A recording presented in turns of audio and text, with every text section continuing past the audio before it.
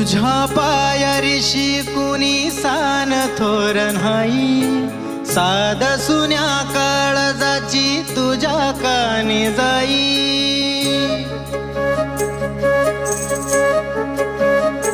हे तरी देवा सरनायो भोग कशा पायी, हरवली वाट दिशा अंधारल्या धाई।